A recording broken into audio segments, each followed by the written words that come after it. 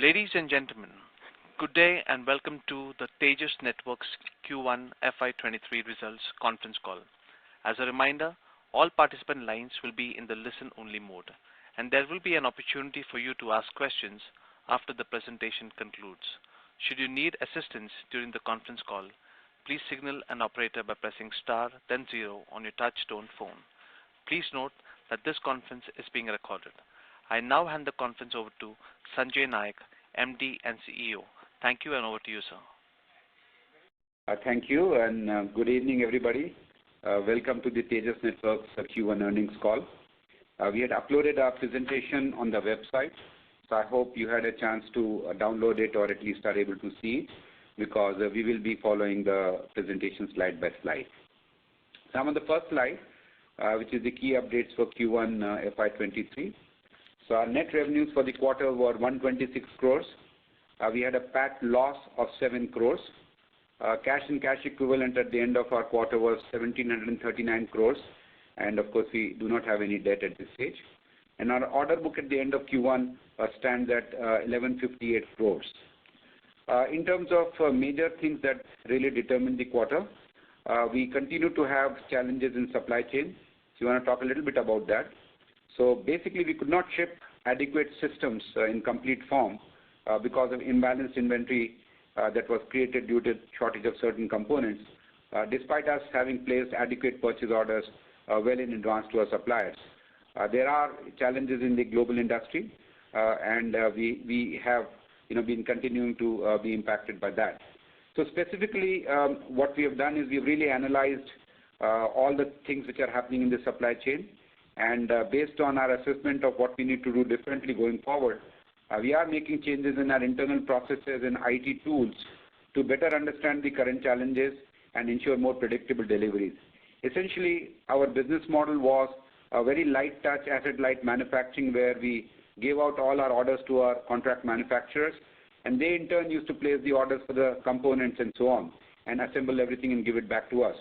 What we found out is that just for us to get much more predictability and control, because we are getting too many last-minute surprises, now we are upgraded our systems where we can have complete visibility into all the components which have been ordered by our EMS suppliers and what the status of arrivals of those things are, and really be able to make much better informed manufacturing decisions.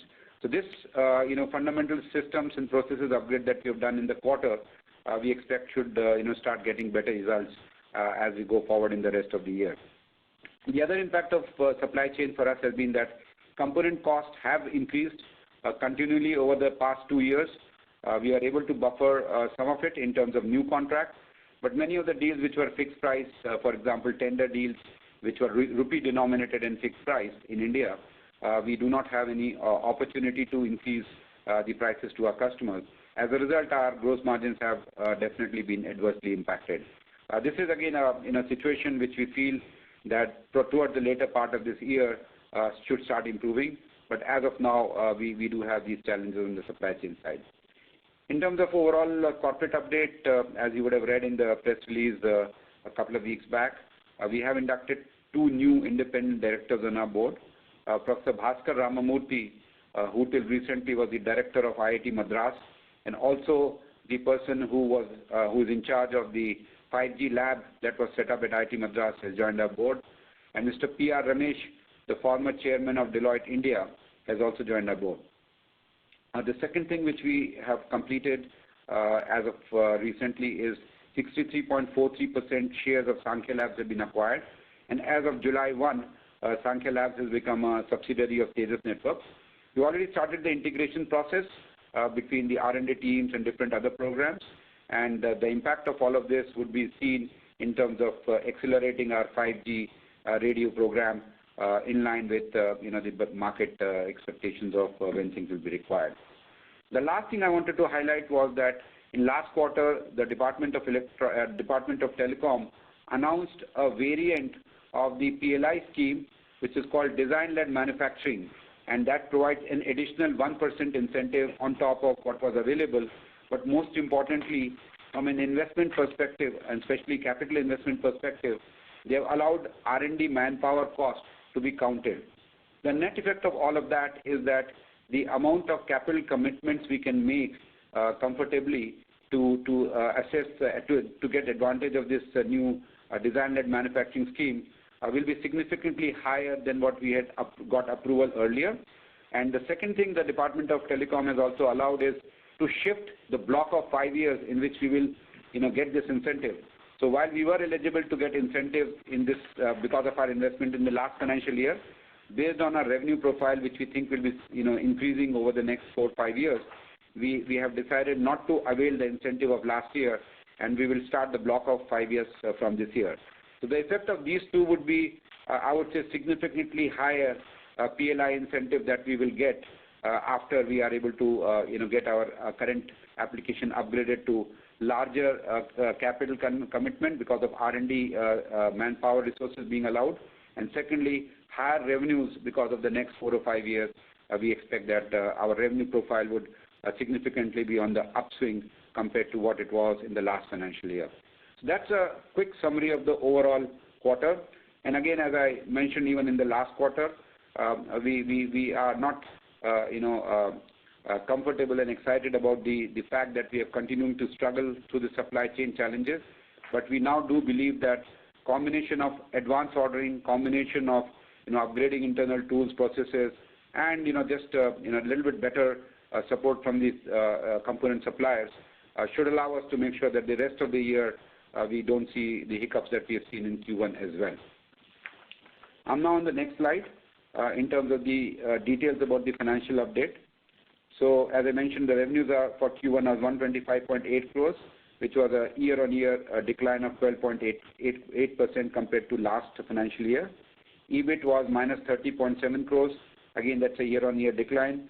PBT was again declined. PBT was again negative at minus 12.9.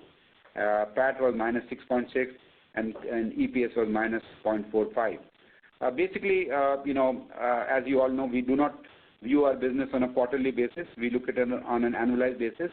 And while Q1, because of the revenue shortfall, correspondingly resulted into a PAT loss. As I mentioned, the two other impacts which we have had is the gross margin pressure continued, where we could not, get improvements in the gross margin. So we are almost at the same level at Q4 of last year. And I expect that only when the year progresses, we could potentially see improvement. But at least that's the situation that we have today. The other thing I want to mention is on the expense side, especially on the R&D investment side. We have not, despite the fact that Q1 was not a good quarter in terms of revenue, we have continued to make sure that all the R&D investments which are required to accelerate our wireless product development, in particular, both the 4G program that we are working with BSNL and the 5G program for the overall market doesn't get impacted.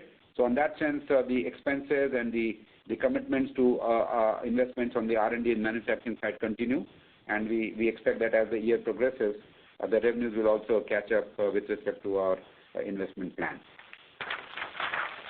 Continuing on the next slide on the financials, because of the imbalanced inventory situation, our inventory increased almost by 40, around 35 to 40 crores to 322 crores. Because again, we have imbalanced systems. It means many of the cards have come, but just because some could not come because of specific component shortages, we could not complete the system. But we do again expect that as the inventory starts getting balanced out, the inventory level should come down. Receivables at 298 crores. We collected around 141 crores during the quarter. We also collected some money from BSNL, which we had provided for in Q4 of last year during this quarter. Working capital, because of the higher inventory level, primarily increased by 47 crores, and the cash position increased to 1739 crores because Panatone Investments converted the Series A warrants and invested 712.5 crores in the company. So as a result, on the cash side, we are comfortable, and we are making investments in line with that, our long-term vision of what we want to achieve. Clearly in the Q1, because of revenue shortfall, we have inventory increases as well as working capital increases. Going to the next slide in terms of the sales summary. So we have two pie charts. These are all the same formats we have been sharing in the past. So the pie chart on the left-hand side shows the breakup between the three segments of the business that we had in last financial year, and the pie chart on the right-hand side shows the shows the revenue breakup by the customer segments that we track. So the run rate business, which is India private plus international, contributed to 80% of our Q1. India government was 20% of Q1, which was a growth compared to last year. In addition, we have won a few large tenders, multi-hundred crore tenders, which are expected to convert into purchase orders in Q2. India private was 49% of the total revenues, and we did see a year-on-year growth for 21.5%. This is a segment of the business which continues to do well. As you all know, that the India government business is a little bit dependent on the tenders and when we actually execute, but private continues to do well for us. International was not, compared to last, Q1 of last financial year, was down around 48%, although as a total, it is almost in line, a little bit shorter than the overall year average. In terms of closing backlog, the revenue, so the orders from India constitute around 986 crores, and the backlog of orders from international is around 172 crores. Going to the next slide, this is just again a pictorial view of all the different products and the different segments that we are having our focus on. So on the wireline products, which is our steady state business, which has been continuing to grow healthily, we have got the optical transmission, the broadband access, as well as the secured Ethernet IP switches, which are used for safe cities, smart cities, and those applications. So that part of the business, in terms of run rate as well as new order wins, continues to be doing quite well. The wireless products are the new products, which is constituting of the 4G radio access network, or base stations as we loosely call them, both for fixed as well as mobile. And we have successfully completed the 4G trials with 4G proof of concept trials in the BSNL network. The 5G radios and the satellite communication is something that we have acquired from Sankhya Labs, and we are integrating all of those as a part of our integrated product portfolio.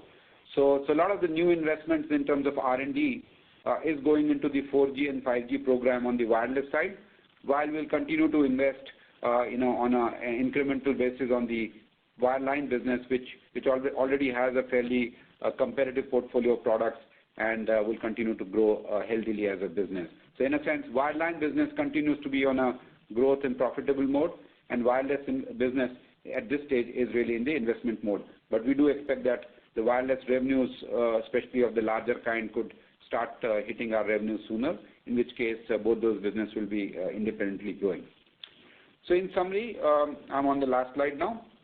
Q1 was a weak quarter because of revenue shortfall, specifically because of the component shortages where we could not balance the inventory and ship.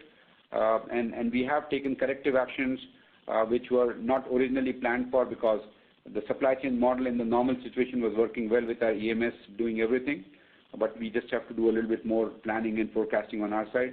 And those processes and systems internally have been changed, and we expect to have a better management and less of surprises from our supply chain going forward. Order book is healthy. We also have a very strong visibility of new order inflows, and hence we expect to accelerate our quarterly revenue growth during the rest of the financial year. On an overall year basis, we still feel confident of significant growth compared to last year. With the success of proof of concept for our 4G RAN, we are also well positioned to scale our wireless business and achieve potentially large size orders for which commercial discussions are on. We are also making R&D investments as well as scaling up our manufacturing operations. Again, we will continue to be in the asset light mode, but whether it's processes, people, systems, tools, test equipment, capabilities, all of that is being done to ensure that as our business scales up significantly in a short period of time, we are ready to actually do manufacturing for those products. We are also continuing to watch the lead times in the industry and taking proactive inventory actions, and have coverage for almost next 12 months of revenues in terms of confirmed orders to our suppliers. We already talked about the constitution of the board, which will again continue to make sure that we have a very good set of people to direct us. And from a cash perspective, again, we have a good position so that we can take long-term view of our business and continue to focus on things that over the next few years will ensure that our company grows at a much higher pace than we have done in the past. I would pause right now and actually make it more interactive and open up the floor for questions. So we can just start the question and answer session now. Thank you. Thank you. We will now begin the question and answer session. Anyone who wishes to ask a question may press star and 1 on your touch-tone phone. If you wish to remove yourself from the question queue, you may press star and 2. Participants are requested to use handsets while asking questions. Ladies and gentlemen, we will wait for a moment while the question queue assembles.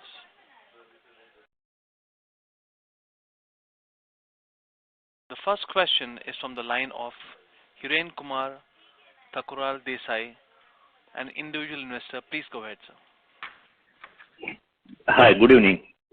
Thanks for giving me the opportunity. I have two questions, one short term and one slightly longer term.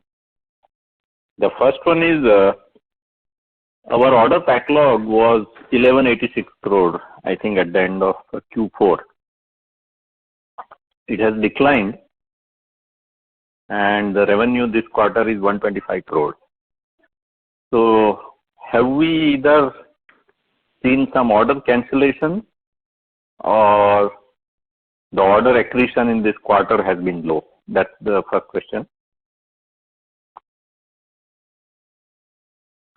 Okay. Yeah, I'll. Yeah, you want Hiren, you want me to answer one by one, or are you going to put the second question as well first? Yeah, the second question is related to the longer term, that it has been about a year since Tata invested in Tejas, and I assume that the idea is to grow non-linearly, right? I mean, significantly grow. So what is the concrete plan of utilizing the cash that is there? Because I assume that at around 600-700 crores of revenue, kind of we are break-even and self-sustaining. So this money, what is our plan to sort of increase investment, or how to non-linearly increase our revenue? Sure. So let me start with the first question. No, we did not have any order cancellation in Q1, except that some of the large orders that we were supposed to get in the form of purchase orders just crossed the quarter boundary, so they could not come in. So as such, could have had a much higher Q1. But I would say that the order inflow business win continues to be strong. Yes, Q1, specifically was the new order inflow was slightly lower than the revenues that we did, and hence the backlog decreased. But that's one part. So as far as the year is concerned, we still continue to believe that the new order inflows and the win ratio is very strong, and we do not have any concern on the cancellation side. The second question that you said, which is correct, that Tata has now almost invested for a year. We do have plans to grow non-linearly. In fact, we have an AGM tomorrow where we'll, of course, be also sharing some of those thought processes along with the new chairman. But the point is very simple. We believe that our industry in telecom equipment is an industry of scale. Unless we get into top tier category among the global players, we will not have the economies of scale to really be able to play very large. So in that side, we are basically doing three things in terms of the broad strategy, which I articulated, I think, in one of the earlier earnings call. Number one is to expand the product portfolio. So while optical and wireline products we are very strong, we believe that with the wireless 4G and 5G things that we are doing, it expands the market for us, because in India, which is a market, we do see large opportunities of this kind which are coming together. And part of the Sankhya Labs acquisition was to make sure that product completeness-wide we have the breadth of portfolio that is required. Part of that strategy was that all OEMs in the world, we have seen a lot of the analysis, is something that they start getting a lot of success of large kind in their home markets. And hence we are thinking that with all the Atmanirbhar direction that the government of India is having, and the opportunities that we are seeing for the new capex cycle in India between 5G and 4G for BSNL and of course the FTTX, there's a large home market opportunity which we want to maximize and use that opportunity to get to global scale. So that is the second part of the strategy to really make sure that in the near terms, in the next 24 months or so, we really start getting into large deals in the home market. And then third part of strategy was really to use the Tata ecosystem to get into international markets, starting from expanding in the geographies where we are, but more importantly, getting into accounts where we earlier did not have access to, working either as a solution partner or using the relationship that exists to get to that. So I would say the strategy is quite clear, except that the execution and the outcome of that strategy we expect will be visible to the investors as this and next year progresses. But a lot of those signs of that we hope should be visible in this year itself. Okay, but Sanjay, that still doesn't clearly answer the large amount of cash that we have. Yeah, so about how you are going to use. Yeah. So the large amount of cash will be used for three purposes. Number one, it gives us the cushion to increase investments into R&D. Number two, it gives us an opportunity to scale up our business in much larger play and be able to take longer bets, whether it's in supply chain, whether it's in securing business of large kinds, or making international sales investments. And number three, it also gives us the ability that as and when we see opportunities to acquire candidates, companies, we should be able to do that. Without having the cash position that we have today, our ability to take any of these three long-term calls gets dramatically diminished. And we're working with we have now, N.G. Subramaniam as our chairman. So we're working closely with him and trying to implement our long-term vision into actions as we go along. Okay, just to follow up, is there anything on the radar in terms of acquisition? I mean, no, if you want to... we don't have anything that we can talk about, but the purpose is that the cash is available for both organic as well as inorganic methods. Okay. Yeah, thanks. All the best. Thank you. Thank you. Next question is from the line of Mr. Sanket from Kedia Securities. Please go ahead. Hello. Yes, hello. Please. Yeah, good evening, sir. Yeah, just wanted to understand what gives us confidence that the supply chain pressure will ease out in the coming year or in next couple of years also, because the same has been prolonging since last 1 year, and that has been impacting our results quarter after quarter. So how do we make sure we are self-sustainable to profitability? So first of all, you're absolutely right that we had expected the supply chain issues to have been behind us by now for sure, and unfortunately they are not. So we basically have been diving deeper into the core issues and really fixing one by one. So at a macro level, if you talk to anybody in the semiconductor industry, at least related to the telecom products or the chips of the kind of chips that we buy, the general consensus is that till the end of this year, things are not going to be changing too much. So for example, if you place an order on any component supplier, you may get a 52-week lead time as a committed lead time. So that is the situation that is available from a discussion that we have with the suppliers. But even for that, to be honest, we had actually taken inventory action with more than 52 weeks of lead time. But why are we still not able to do the revenues that we planned for? And that is really when we figured out that the EMS companies that we have been working with, the way they have been operating and certain kind of things that they've been trying to optimize around did not suit the current situation where the lead times are longer.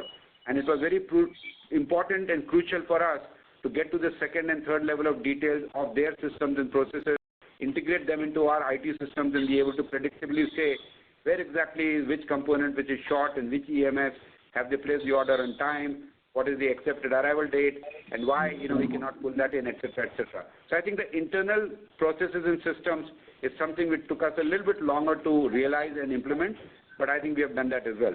So the combination of the two, I feel that, which I mentioned earlier, that we placed orders for the next 12 months of our requirements, gives us comfort that if we are able to better manage our suppliers, essentially, we should be in a fine shape going forward, is our understanding.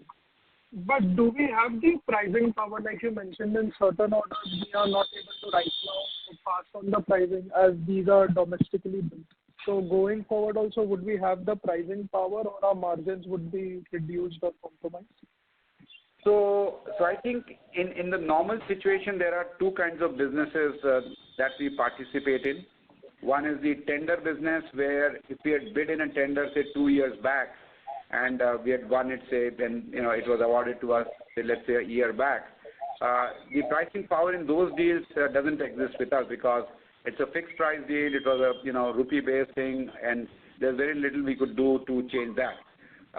Any new customer that we are bidding, or any new tender we are bidding, or any rate contracts with existing customers, including large customers of ours, when we are renewing, they understand the situation, because all other suppliers are also using the price escalation to pass it on to them. So to those kind of people, we have been able to pass on the price escalation. Now the question is, how much of a large, how much of a blend of the business will happen between new orders where we increase the price versus old orders where we have the price pressure. The answer is that since we do have a large backlog of last year, some of it, a lot of it is also fixed rupee price. At least for a quarter or two, we will see a little bit of a margin pressure till the situation on the supply chain eases off. And answer to that is that we should have larger revenues to be able to absorb a slightly lower gross margin, so that on an overall basis, we can still be achieving profitability. And with respect to the DLI incentive which you have mentioned about, can you quantify this? Like, what would be the additional benefit to us in the longer term? So yes, so in the earlier scheme, we had applied for around 105 crores of investment, which would have given us up to 3.8 or 3.88 times of incentives. We are in the process of upgrading our earlier PLI application to a much larger investment commitment, which would potentially mean, we could get up to 3.8 times our capital investment back in the form of incentives. Plus, we get an extra percentage of, so we'll have two benefits from the new designing manufacturing scheme. One is we will, have a much larger capital commitment, because R&D manpower is now allowed, without actually having to invest significantly differently than what we would have normally done. And secondly, that larger commitment will give us an opportunity that as a revenue scale, much more than what we had originally planned for when we had applied last year, we should be able to get the incentive on a larger revenue amount. And then the third part is that we will get an extra 1% incentive, because we will meet the validation criteria that has been prescribed in the new DLI scheme for our products. So this is how I think the new scheme will, or rather the new application will benefit us going forward. Thanks for answering all the questions. Okay. Thank you. Thank you. The next question is from the line of Tejas Seth from Nippon India AMC. Please go ahead, sir. Hi, Sanjay. What is the status on the BSNL order now? Tejas, I think as you would have been, reading in the newspapers, so the technical aspect of concluding the proof of concept trials is going well. So our equipment has been in the field for now quite some time, and things have progressed quite well, and the customer seems to be satisfied with the technical capabilities of the products. In terms of the commercials, those discussions are on between the front-end system integrator and BSNL. And the size of the deal and the price is something that is being worked out. And as soon as those commercials close, which we expect should close in this quarter, we would get better visibility in terms of the timelines of the orders and the delivery timeline that we'll have to give for those orders. But all of that is a work in progress, and so far things are going in the right direction. Okay. Okay. And now with world travel opening up, considering that we've been suffering from getting international order because we will not be able to travel, is there, we have hired any talent to boost up our international orders? That's a good point, because travel is opening up, and we are, seeing things scale up internationally. I mean, we will definitely be making more investments in our international sales from two different angles. In certain geographies where we have been directly addressing the market, those geographies are to be having more investments, and we should start seeing the result of that with a time gap of couple of quarters. In the U.S. market, we believe that partnership approach with either other group companies or with other OEMs that we have done in the past might be a faster way for us to accelerate. So we will be revamping the U.S. market with that kind of a strategy again, based on the internal strategy discussions we've been having. So I would say that international should start ramping up. However, I must also say that I mentioned earlier that we do see very large opportunity in the home market in India across customers, and we also want to make sure that we do not miss out on those opportunities to scale our business and at least get to high economies of scale in the shortest possible time. Okay. But has the ball started rolling on working with the group companies, or it is something which is just on paper as of now? No, the ball has started rolling. We have been interacting in terms of different applications, different geographies, some sales models that will work. But I think it will just take a little bit of time to get the first success internationally. But that's something that I would say multiple engagements across multiple geographies are on. Okay. On the product offering side, is there anything which we are looking to achieve over the next, let's say, 12 to 24 months? Yes. In fact, we have planned to achieve a lot, by the way. So number one, we want to make sure that a very robust 4G system can be delivered for large-scale deployments, not just in India, but many parts of the world, especially in emerging markets, still don't have a 4G, like India doesn't have 4G in many pockets. I think we see that's a good opportunity. A robust, field-proven 4G system is something that will happen in the next 12 months in terms of large-scale deployments. 5G radios that we have been producing and the 5G Open RAN solution that we've been producing, again, we believe should be qualified by customers by the end of this calendar year, and should be ready for commercial deployment in the next calendar year as well. So these two products alone would open up a very large new addressable market in terms of the wireless side of things, which we really have been just kind of playing on the fringes so far. And that is the reason I mentioned that in terms of the R&D investments, we are significantly upgrading that. The third element in terms of new product deployment would be through the Sankey acquisition. They have an application for 5G for broadcast application, which is for people who have a TV spectrum who could use that for broadcast on 5G. So they are again working with one of the anchor customers, and we believe that in the next 12 to 18 months, some more application of broadcast 5G across larger customer operators around the world can open up. So I would say there's a lot of a huge amount of product development and product capabilities are coming out in the company. Just to put all of this in perspective, we are trying to do in, let's say, 2 years what typically takes 5 times or 10 times as much more time on a global compared to the global competitors against whom we are now competing. So in that sense, these are all very, very complex technologies, require a huge amount of field hardening because they have a direct to the user experience. So for example, if you have a mobile network or your user experience on the network should be no different than you would build a network using any other multinational company's product who've been in this business for 20 years or maybe longer. Same thing for our fiber to the home products, for example, which continue to be doing quite well in many of the operators in India and abroad. So net, I would say significant focus on R&D. A lot of resources are needed. A lot of investments is needed.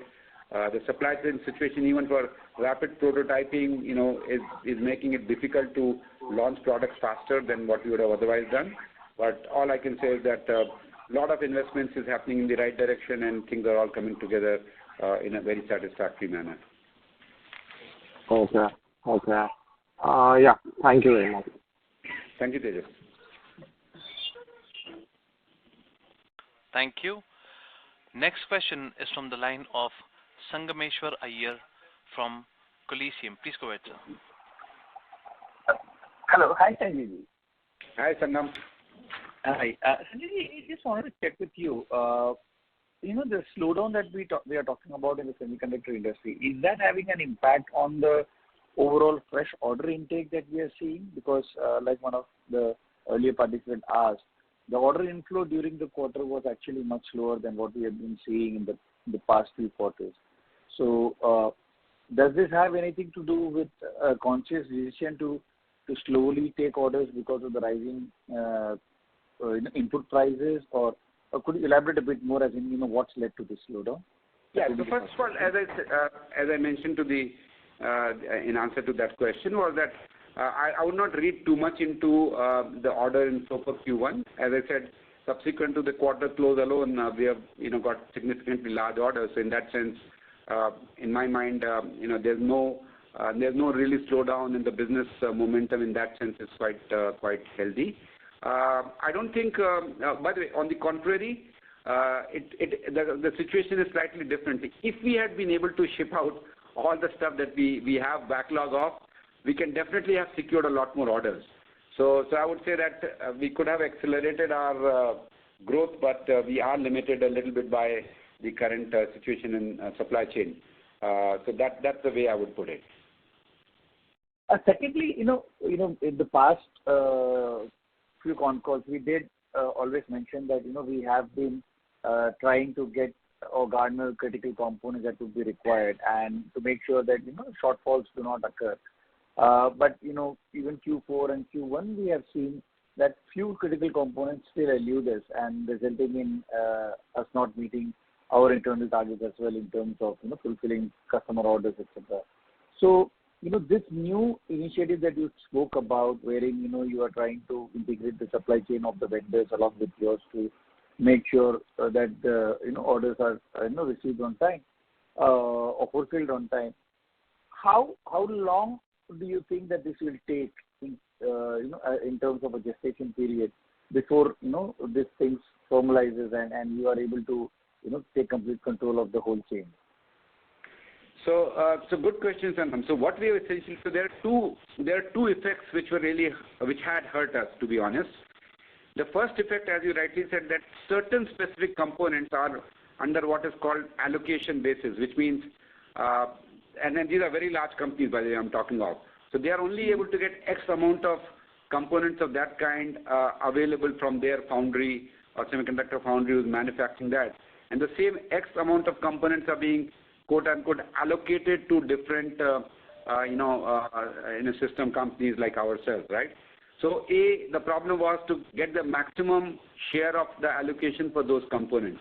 And so if some of those components go across many products, that is really where the efficiency that I talked about comes. So assume we are able to get, say, 1,000 components allocated, and those 1,000 components are used across 20 different cards that we produce in the company. If we do not do a good job of balancing the use of those 1,000 components, we may have, by the way, a requirement of 1,000 components on all of those cards. So we can consume it on 10 cards, or we can consume it on 50 different cards, or whatever. So I think what was happening is the optimization. I'm just simplifying the problem for you. It's much more complex than that. The optimization of the scarcely available component onto different cards and balancing the inventory was not done being appropriately. So the second part of the problem is what is the new thing that we have solved I mean, at least in terms of the tools, processes, and systems now. So we believe that whatever components are available, we'll be able to do a much better job of allocating them internally and getting more systems out of the door. The first part of it, in terms of getting higher portion of components from our suppliers, that's an ongoing discussion. Even as late as last week when we met some of the suppliers who were visiting India, we have highlighted the importance of them supporting Tejas, and we hope that going forward we should get a better allocation of such components. But that's a summary of what has changed, and our assessment is that the results of whatever we have done should start being visible from this quarter onwards in terms of better performance on the revenue side. Okay, as a follow-up, if you were to backtest these tools and systems that you are putting in place with your vendors currently, what kind of efficiency could you have achieved in the last couple of quarters? Do you think that instead of 125 crore run rate, you could have clocked the 175 to 200 crore run rate, given a better efficient utilization of the tools that of the components that were available? I mean, I'm just trying to analyze the situation in terms of how much was the shortfall on the internal basis and how much was it because of the external factors which affected everybody. It's hard to quantify that because one is connected to the other. So as time goes by, of course, the aging of the orders of those components on our suppliers is higher. So the chances of them getting fulfilled now is better. Clearly, as I articulated, that the allocation of those components within the system for us, could be done better. So it's a little bit hard to quantify what happened in the past, but what we do know that, as I mentioned at the end of the Q4 call, that we actually had coverage for all the orders that we have for the whole year in advance. So we should get those components during the year.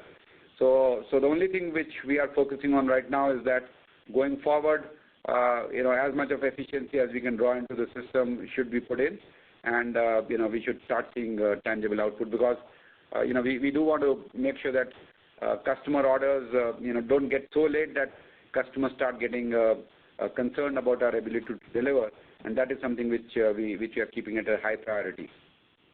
Got it. And last question from my end, given that in a lot of your orders are international orders, currency depreciation does kind of offset a little bit in terms of the input cost increase, etc. But how much of an escalation in the input cost can be passed through, and how much do we have to absorb? I think it's a dynamic situation, because depending on which customer do you ship that quarter and what was the profile of that customer, was it at the new price or at the old price, I think our margins keep changing. As you rightly picked also, that in Q1 our percentage of international was lower, and our backlog of international actually is still very high. So I think in general our international margins are better than the Indian margins. So as we decongest those orders, we expect to see improvement at least in the blend of the margin as well. So, but is there a pass-through available in terms of cost escalation beyond a certain level in all those international orders? Yeah. So the way it works, it's not a direct pass-through. It's more like a competitive situation with that customer.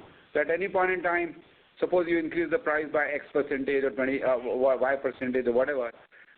It's for the customer. It's an ongoing, discussion with the customer. What is the thing which you can pass on to him while still being competitive?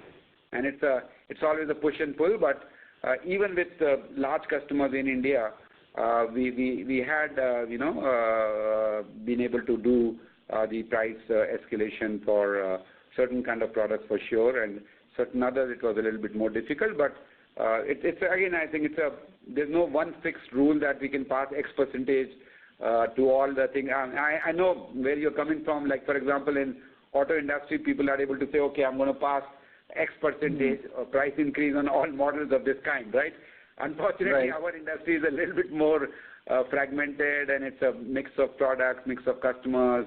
Where are you on the radar screen with respect to competitive situation, which comes into play before we. Of course, the intent is to pass as much as we can, and to push back as much as we are getting from our suppliers. But supplier side, I think, to be honest, we have not that much leverage at this stage, because if we have to prioritize between securing components at slightly higher cost versus just trying to stick to our margins, so we are prioritizing getting the components. So we have to pay a little bit of spot premium or whatever. We are doing that. But to the customers, to the maximum we can pass, we are doing it while being competitive. Okay. All the best, Sanjay. Thank you. Thank you. Next question is from the line of Mukul Garg from Motilal Oswal Financial Services. Please go ahead, sir. Thank you. Hi, Sanjay. Good evening. Hi, Mukul. Sanjay, sorry if this was asked earlier because I missed some part of the call. But can you just help with the view on the component shortage easing? We have seen some companies, especially in the NAND space, come out and talk about normalization happen at a faster rate. Which part of your component supply chain is still seeing stretched delivery timelines? And what's your view that by when will things go back to a normalized run rate, what it was pre-COVID for you in terms of the supply? Mukul, if I look at the categories of components where we are having the highest lead time today, surprisingly is not the class A large cost chips. It is basically power components, for example, clocks, powers, and things like that, the analog kind of components, which basically on an average may cost few cents to a couple of dollars, single-digit dollars, right? These are the components which are currently giving the maximum grief in terms of a category of components. Second one after that is that certain programmable devices of a certain nanometer geometry is in a serious short supply, because there are only two programmable device guys in the world. Both of them outsource their manufacturing to, there was one in Taiwan and one in Korea. The Korea guy basically used that capacity for their internal, so basically that capacity got dried up. There was only one foundry which was manufacturing these programmable devices. If you talk to anybody in the industry today, from the largest OEM whom we work with to us, certain of those devices are under a serious short supply. And actually, because of our programmable architecture, we do have a significant dependency on those kind of chips. So that's the second category. The third category of chips, I think, which is easing off, the memories are easing off as we see some of the guys who had captive foundries, in-house manufacturing for some of the higher value parts. It's easing off, because what people, by the way, are also doing is that the same amount of wafers of a certain technology which were available were repurposed to produce chips with higher average selling prices versus chips with lower selling prices. So those are the categories where we have had the maximum grief. And unfortunately, in our situation, even if you secure 999 components and one is missing, you could potentially have imbalanced inventory and not able to ship out. The overall outlook that we have heard from all the semiconductor suppliers is that towards later part of this calendar year, things will start to ease out. So what that means is that if you place an order on a chip supplier today, they may come back to you with a 52 weeks or 70 weeks lead time.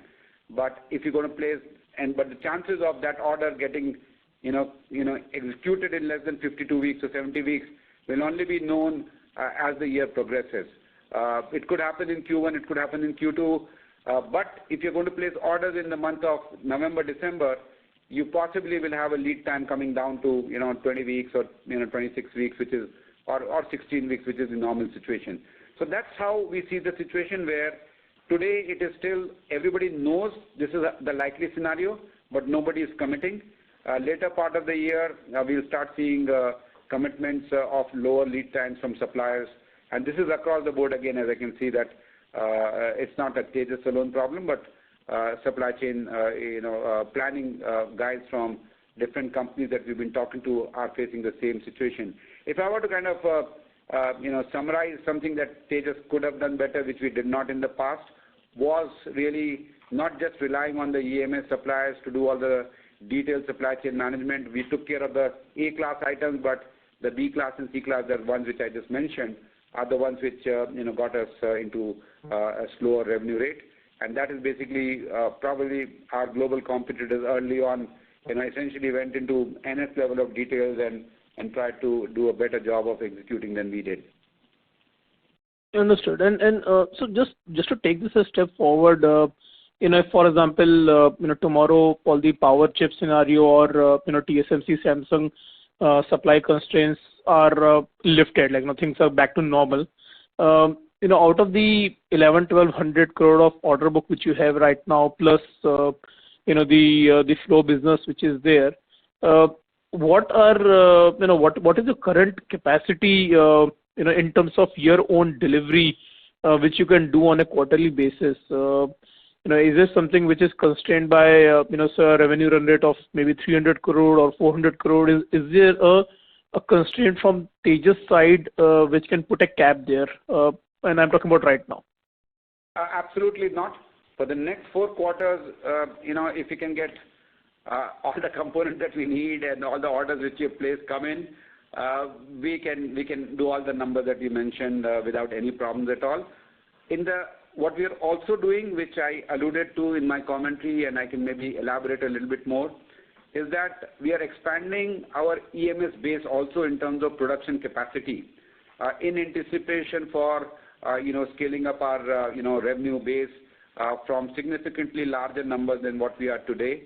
So we have all of those things also lined up. So I would say that today, in terms of scaling up our revenues from where we are to much larger numbers, I don't think there is any bottleneck. The only bottleneck is availability of components. The EMS capacity is there. The production box build capacity is available. We do not see any internal hindrance from a Tejas perspective. We don't have any cash flow issues in terms of not being able to place large orders. So in that sense, the only thing which is holding us back is a balanced list of components that we need to complete the orders. Sure. And one final question. This quarter, was there any tier 1 vendor in US or Europe where you started either trialing out or kind of working your way in, given that the supply scenario is limited, so maybe the time can be utilized to forge new relationships? Nothing major internationally. I mean, we did ship to one of the business that we had won last quarter, so we shipped that to that customer to seed that stuff in Europe to hopefully get that network rolled out. But to be honest, no, we did not have any specific opportunity into a tier 1 internationally where we could divert some of our available material and get a win there. But the existing accounts which we have, we are continuing to at least make sure that their critical deliveries are done, and we don't get into a situation where our lack of deliveries hurts our reputation or growth in the account. I mean, clearly we can get more business, but we are not losing business because we didn't supply per se. Understood. Thanks a lot for taking my questions. Thank you, Mukul. Maybe since we are at the end of the hour, we can take one last question, please. Sure. Thank you. The last question will be from the line of Vimal Gohil from Alchemy Capital. Please go ahead, sir. Yeah, thank you for the opportunity.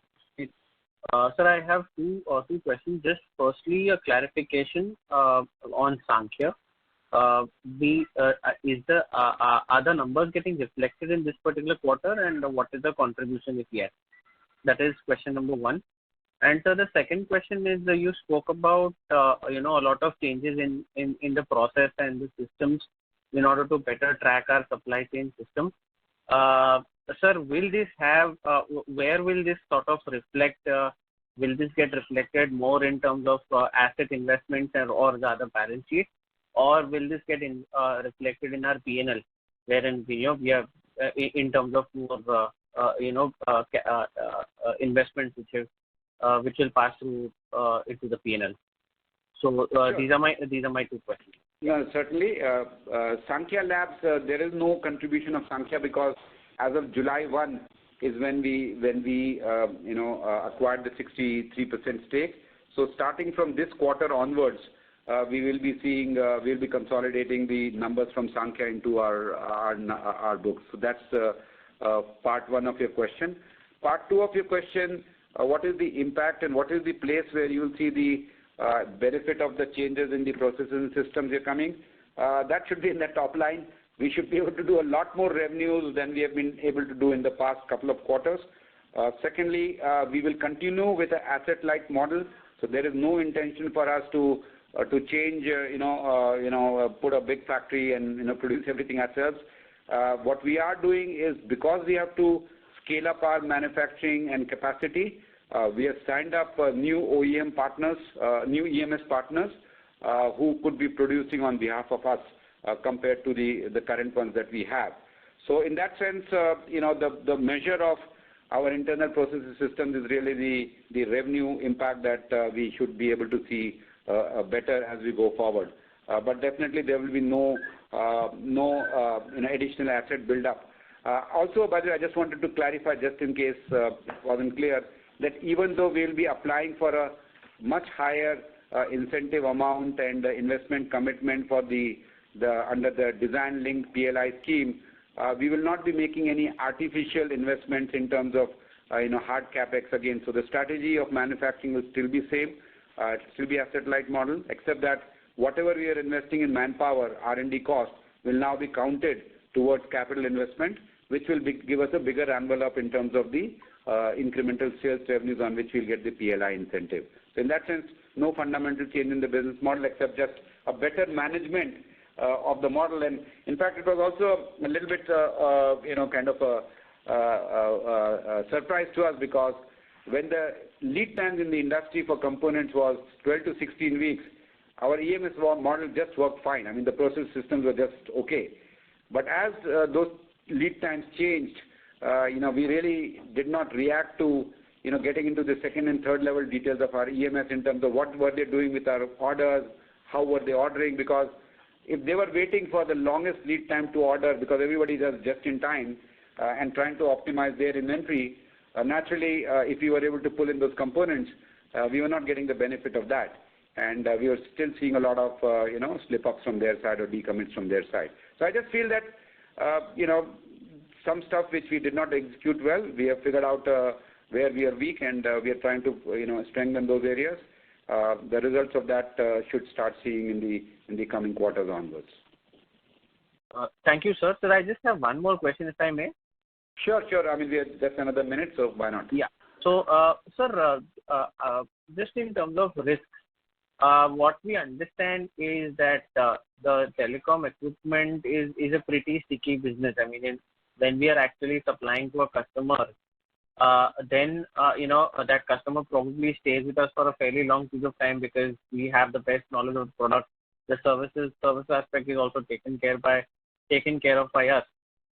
Given the fact that we have been facing this supply component shortage and these delivery challenges, are we risking losing market share to peers who have direct control of manufacturing in their hands? And if that is the case, then how are we going to sort of recoup the lost market share? Because the customers, once they select a vendor, it tends to be sticky in our industry. Correct me if I'm wrong, sir. Thank you. No. So first part is absolutely right that ours is a very sticky business. So in that sense, as I mentioned earlier, that we've not lost any account, we've not lost any order in that sense. Coming back to your second part, that compared to competitors who are doing this in-house manufacturing, I don't think we have any competitors globally now, except if I take the Chinese out, who do in-house manufacturing. So even all our global competitors follow almost the same model as us, which is outsourced to EMS companies for doing manufacturing, etc., etc. What they could have done, which is a possibility, is that they manage the supply chain through their EMSs much better than what we did. A, because of their volume buying power.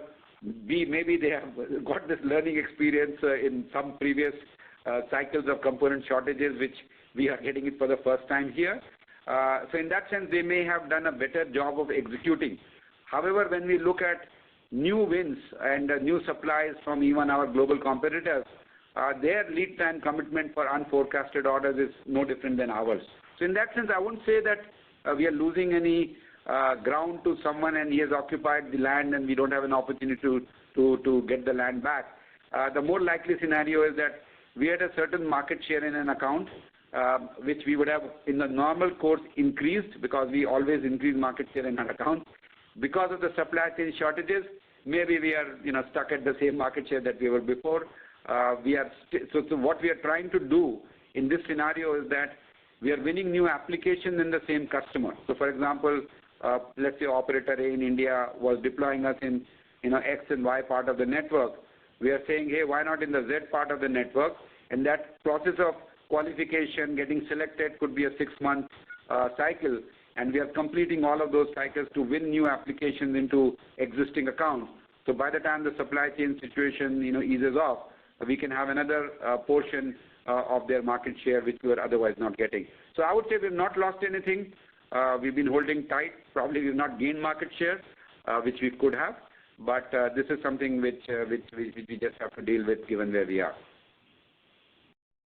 Fair enough, sir. Thank you so much, and all the very best. Thank you. Thank you. Thank you. Due to time constraints, we have reached the end of question and answer session. I would now like to hand the conference over to Mr. Sanjay Nayak for closing comments. Thank you, everybody. First of all, we had a good set of questions, and I'm hoping that we were able to give you a better view of our business. Clearly, we have been going through the supply chain challenges for quite some time, and it's not very good that we again had a quarter which was not to the level that we had internally planned for. But having said that, we understand what the challenges are, what issues are, and we are working to the best of our abilities to fix those. And we hope to see good results, at least on the supply chain side, in the coming quarters. The second thing I want to highlight is the R&D investments, especially on the wireless side that we've been making. We are very confident of the output of those investments turning in the form of potentially large orders, and we believe that those things will also start showing in the results as the year progresses.